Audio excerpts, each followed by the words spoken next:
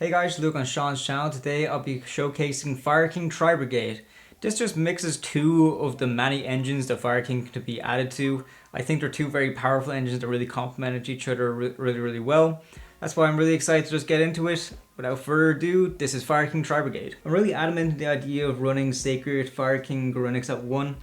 I just think it's the way to go, just considering how easy that he's able to bring itself back from the graveyard or special summon out from the hand. So one copy is pretty much all you need. Sacred Fire King Garunix is really good because when it's special summoned, you can actually destroy one fire beast, winged beast, or beast warrior from your deck, hand, or face up on the field. He's able to gain half the attack of that monster, which is really good because if you're destroying one of your other Fire King monsters from the hand or deck or whatever, they have really powerful effects that kind of pop off whenever they're destroyed and sent to the graveyard. So Sacred Fire King Garunix is really good at setting that off. So definitely running out one copy I think is great for the deck. If you want to run out more than one, that's absolutely fine, but this is a 40 card deck. I think one is more than enough for the build. 3 copies of Fire King High Avatar Kirin. This is a really good card, and the fact that it's level 8 really goes hand in hand with our Fire King Sanctuary in order for us to special summon our Garunix Eternity to wipe our opponent's board during their turn. Fire King High Avatar Kirin can be special summoned during the main phase, which is a quick effect, so it's not only during our main phase we can activate this, we can actually activate this during our opponent's turn, special summon on our opponent's turn, which is a really cool way to kind of play around the Biru as well. Not only that, but High Avatar Kirin has an effect that when it's destroyed and sent to the graveyard, you can special summon one Fire King monster from your hand or graveyard except for itself and then destroy one card in the field. Really good resurgence, also really good pop. 3 copies of High Avatar Kirin, definitely essential for the build. 2 copies of Legendary Fire King Ponix. Ponix is really good. It's a really good search for this deck. When this card is normal or special summoned, you can add one Fire King spell or trap from your deck to the hand, which is really good for searching out your Sanctuary, your Skyfire, whichever. Ponix is also really good because if it's destroyed and sent to the graveyard during the standby phase for the next turn, you can add Ponix from the graveyard to your hand, which is really good because that way we're never short on fire monsters we're able to destroy for the other effects over Fire King monsters. 2 copies of Ponix is more than enough. You want to run it at 3, that's absolutely fine, but I want to keep this deck really tight at 40, so 2 copies of Ponix, more than enough. 2 copies of Fire King Avatar Arvata. This is the monster negate of the deck. When this card's face up on the field, if your opponent activates a monster effect, you can quick effect negate the activation if you do destroy one of the fire monster in your hand or face up on the field. Really good. Not only that, this also has another effect that can come in handy, is that when this card is destroyed and sent to the graveyard, you can target one fire beast warrior, or winged beast monster in the graveyard, except for itself, and special summon it, but negates effects, and also destroy it during the end phase. Which is really good because most of the time those Fire King monsters, their effects don't activate on the field, so if they're destroyed and sent to the graveyard, their graveyard effect still triggers, which is really good. So 2 copies of Arvata, more than enough for the build. 1 copy of Avatar Rangbali. Rangbali pretty much does the same as Arvata, but rather than a monster effect, it negates a spell or trap. Although it's not as good and doesn't really have the reborn effect that Arvata does, that's why it's only worth running at 1. 1 copy of Fire King Avatar Barong. Barong is great if we're able to destroy him from deck using our Garunix, because when Barong is sent to the graveyard during the next standby phase, we can actually add 1 Fire King card from our deck to our hand, which of course is really good that it says Fire King cards. That means it can be a monster or it can be a spell or trap. So only running out 1 copy is more than enough in this build. Let's go into the Tri-Brigade aspect now. We run 3 copies of Fraktall. Fraktall is definitely the best Tri-Brigade main deck monster, so we want to maximize him in this deck. He's also a fire, which complements the Fire King aspect really well too. So Fraktall, you can send this card from the hand or field to the graveyard, and then send one level 3 or lower beast warrior, or winged beast monster from the deck to the graveyard. It also has another effect that you can banish any number of beast warrior, or winged beast monsters from your graveyard, and special summon one beast warrior, or winged beast link monster from the extra deck, with the rating equal to the numbers of monsters that you've banished. This is really great. Definitely max out on Fraktall, because although we max out on Fraktall, the Tri-Brigade engine is really small in this build. Most time what we want to do is use Fraktall's effect. We're able to dump Kitt, which you run a 1 of in this build. Kitt, of course, is very good because it's able to dump our Nervall. and our Nervall is able to add us a Tri-Brigade monster from our deck to the hand when it's sent to the graveyard, which is really good because it can also search our Kerass or our Fraktall.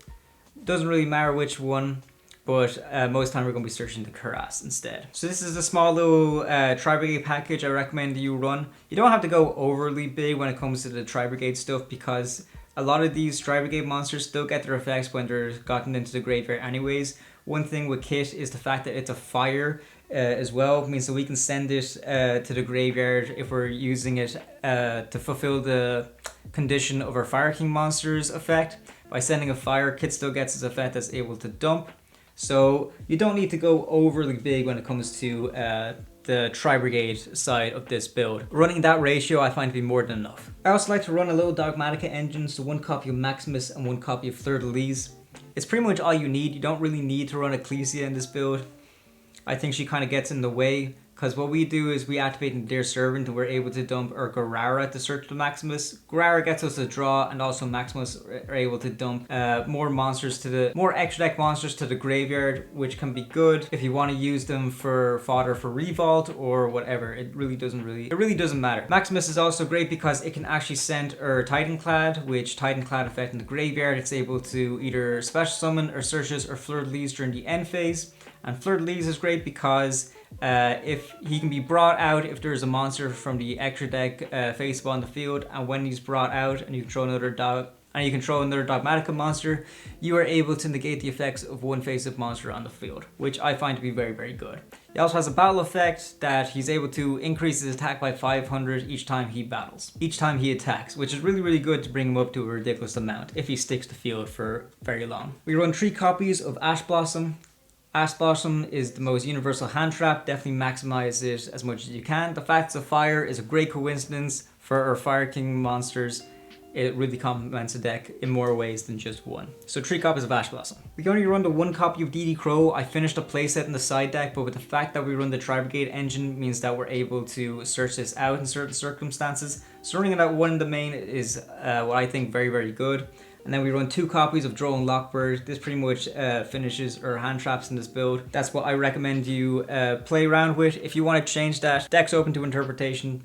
Do as you will. Moving on to the spells and traps now. The spells, we have 2 copies of Fire King Sanctuary. Sanctuary is really, really good because when this card is activated, you can place 1 Fire King Island from your deck face up in the field zone. Once per turn, if a card in your field zone will be destroyed by card effect, you can destroy 1 fire monster in your hand or face up on the field instead.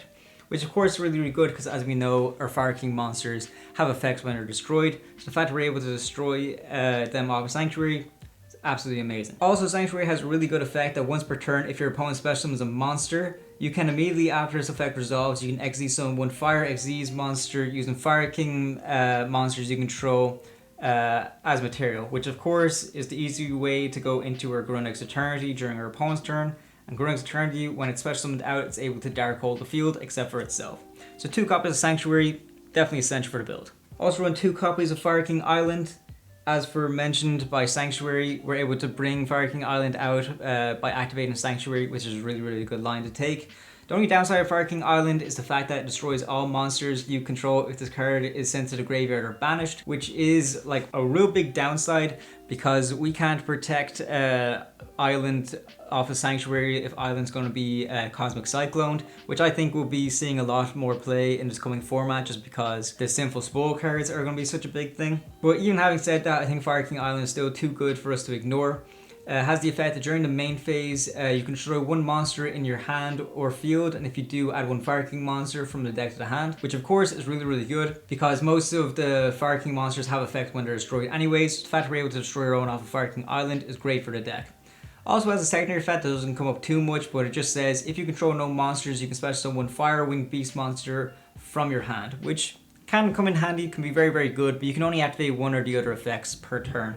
So you want to choose wisely with that one. That's Fire King Island. Rounding off the Fire King spell is Fire King Skyburn. Skyburn is great, it's great removal and protection.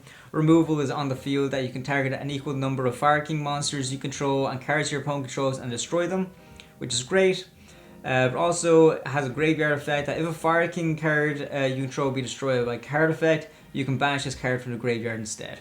You can only use 1 of these effects per turn though, so be very careful with that. 1 copy, more than enough. We run 3 copies of Fire Formation Tenki. This card is just really good because not only is it able to search out Fraktall, it can also search out pretty much all of our level 4 Fire King monsters as well. So what this card does when it's activated, you can add 1 level 4 lower Beast Warrior monster from your deck to your hand, which is absolutely great. Great for consistency. The more searchers, the better. So 3 copies of it, definitely essential for the build. We also run 3 copies of Nadir Servant. As I mentioned before, we like to run a low Dogmatika engine in this. So 3 copies of Nadir Servant, definitely very good for this build. This deck can lean into combo a little bit, so we don't want to get interrupted. 1 copy of Call by the Grave, definitely recommended in the build. Going into the traps now, the 1 copy of Revolt.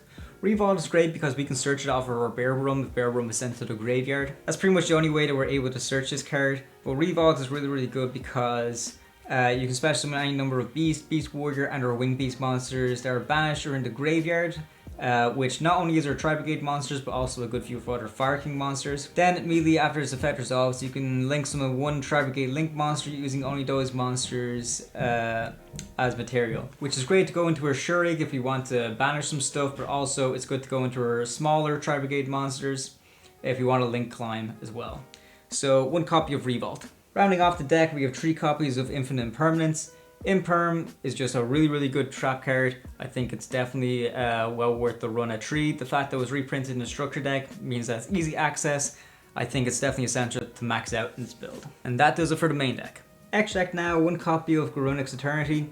This card is really good. Not only can we special summon it during your opponent's turn with Sanctuary, but also you can just special summon it anyway. It's going to take 2 level 8 monsters. As I said, if this card is exceed summoned, you can destroy another monster on the field. It has another effect that you can detach 1 material from this card, target 1 spell trap on the field, destroy it. If you do, this card gains 500 attack, which is really good to bring it up to 3500 attack. It also has another effect that if this card is sent to the graveyard while it still has material, you can special summon up to the number of materials. You can special summon Fire King monsters from the graveyard up to the number of materials this card had when it was destroyed. So it's really good reborn effect. I definitely think Garunix Eternity well worth running at 1 in this build. 1 copy of Entis. We run Dogmatika engine, so Entis is really good to send in order to get a pop.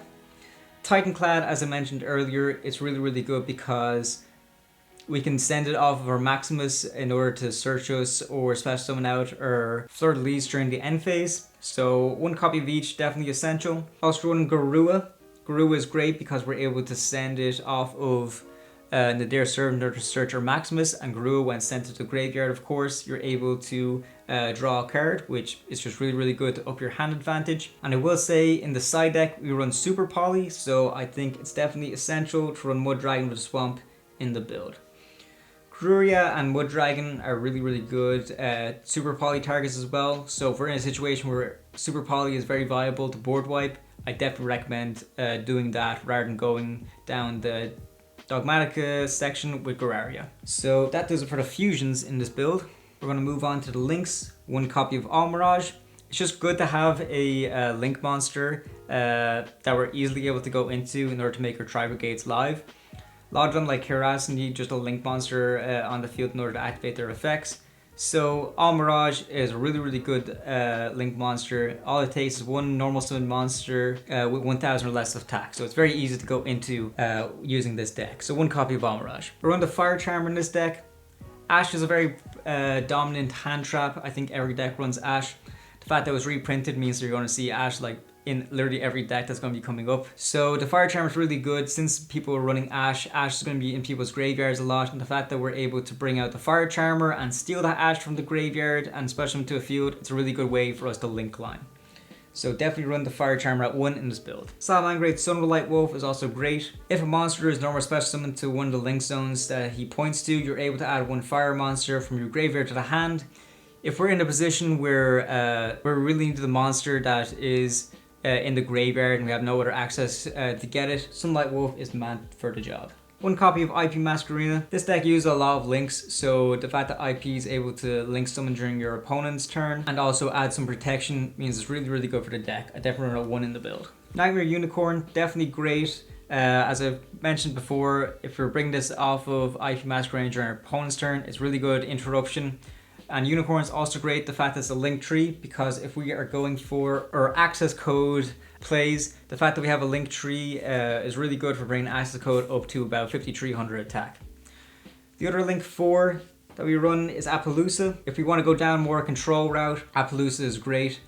So if we want to go for control wise, Appaloosa, if we want to go for the OTK wise, access code Talker, it's just good that this deck has some variety that's able to play both. One copy of Fleurdelis. I know it's odd to see it at 1 considering this is the Tri-Brigade version of this deck, but I don't think running a massive Tri-Brigade engine is fully necessary for the build. Although Tri-Brigade is really powerful, the fact that it also has Fire King on it in order that they can both kind of bounce off each other is really good. Along with the Dogmatika stuff, you don't need to be running a massive Tri-Brigade engine in the actual build itself. So only 1 copy of Fleurdelis is more than enough. If it's sent to the graveyard, you can draw a card and place 1 card from your hand to the bottom of the deck. So it's really good at digging deeper into the deck. But I kind of prefer Barong, because Barong, if it's sent to the graveyard, you're able to search a Tri-Brigade Spiral Trap, which of course we're going to be searching Revolt. The only thing about Barong is when you activate that effect, you're kind of locked into Tri-Brigade for the rest of turns. Please be very careful when you're doing that. But still, I think it's only worth running 1 copy of each of these in the actual deck itself. And of course the 1 copy of Shurig.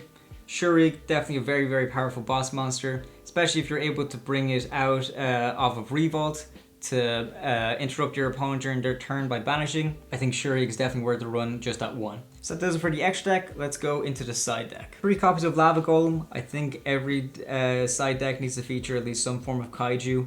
3 copies of Lava Golem. It's great because not only is it kaiju for 2 monsters, it's also a fire, so if your opponent doesn't have 2 monsters to be able to Lava Golem, you're able to use him for your Fire King plays. So 3 copies, maximize them out in the side deck. If you're going against a deck that really adds a bunch of stuff to the hand, the final copy of Droll and Lockbird rounds off the playset in the side deck. Speaking of rounding off playsets, the other 2 copies of DD Crow. Depending on the matchup, you might want to put the rest of these into the main deck, but then again, it's all up to what your opponent is playing. 3 copies of Dark Ruler No More. It's really good if we're going second, just because although we can go for the kill most times, if we really have to go second and we want to kind of stop our opponents like unbreakable boards, Dark Ruler No More is a spell speed 4 card that you can activate to just negate the effects of all monsters your opponent currently controls, which is absolutely great because not only that, monster effects can't be used in response to this card. So 3 copies of it in the side. As I mentioned already, 3 copies of Super Poly. Super Poly I feel is probably the most devastating board breaker just because neither player can respond to it. And the fact that we have room in the extra deck that we're able to run its usual targets like Garura and Mudragon the Swamp, I think Super Poly is definitely worth running in the side. Finally, rounding things off, 3 copies of Evenly Matched. Evenly Matched is just a really good card to have, especially when we're going second. This deck always wants to go first, so when we're going into games 2 or 3 and we have to go second, Evenly Matched, of course, very much essential. And that about rounds off the side deck. So that about does it for the build. Please let me know what you guys think. I'm really happy with the way this deck turned out. If you guys have any other suggestions, please let us know in the comments. I'm really excited to know what you guys are doing with this deck. Don't forget to like the video and subscribe to the channel because there's plenty more profiles and other content